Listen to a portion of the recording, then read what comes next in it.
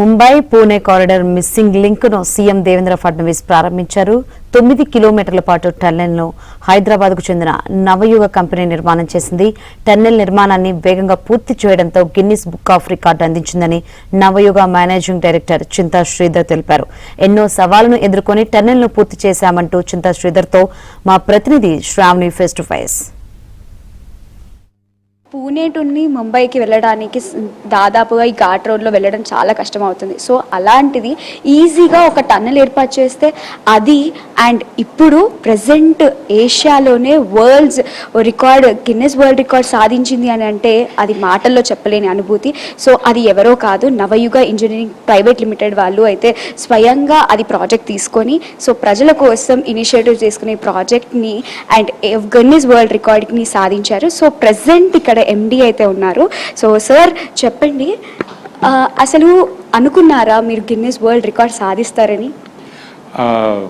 Project వచ్చినప్పుడు అనుకోలేదండి, but ఈ ప్రాజెక్ట్ చాలా useful project for commuters between Poona నుంచి బాంబే.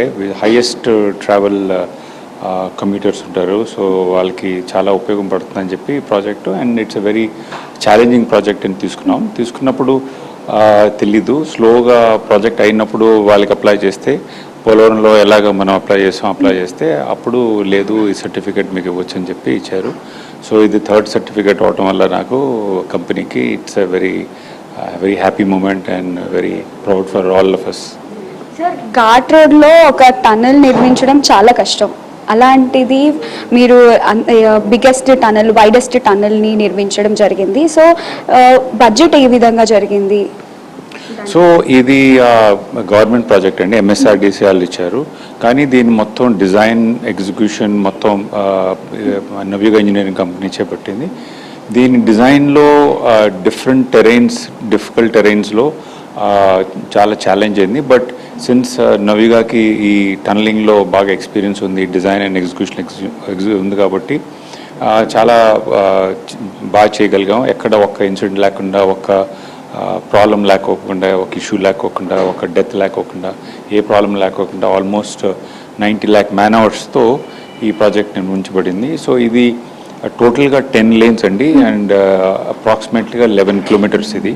సో అందుకే ఇండియాలో కానీ ఇక్కడ కానీ వరల్డ్స్ వైడెస్ట్ టనల్ కింద. So 2 tunnels, each 5 lane, 4 actual lanes, ఒకటి emergency lane. So 5 lanes and 5 lanes అనమాట.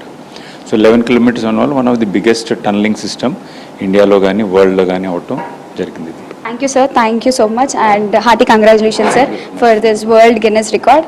And we are so proud. అంటే తెలుగు వాళ్ళై ఉండి ఇక్కడి వరకు వచ్చి ఘాట్ రోడ్లలో నిర్మించడం అనేది చాలా కష్టం. అలాంటిది కూడా నిర్మించి అంటే 2 lanesతో పాటు అంటే 2 కొండల మధ్య నుండి ఒక టనల్ ప్రవహించడం, అది వరల్డ్ వైడెస్ట్ టనల్గా గుర్తించడం అనేది చాలా గర్వంగా వాళ్ళు ఫీల్ అవుతున్నారు.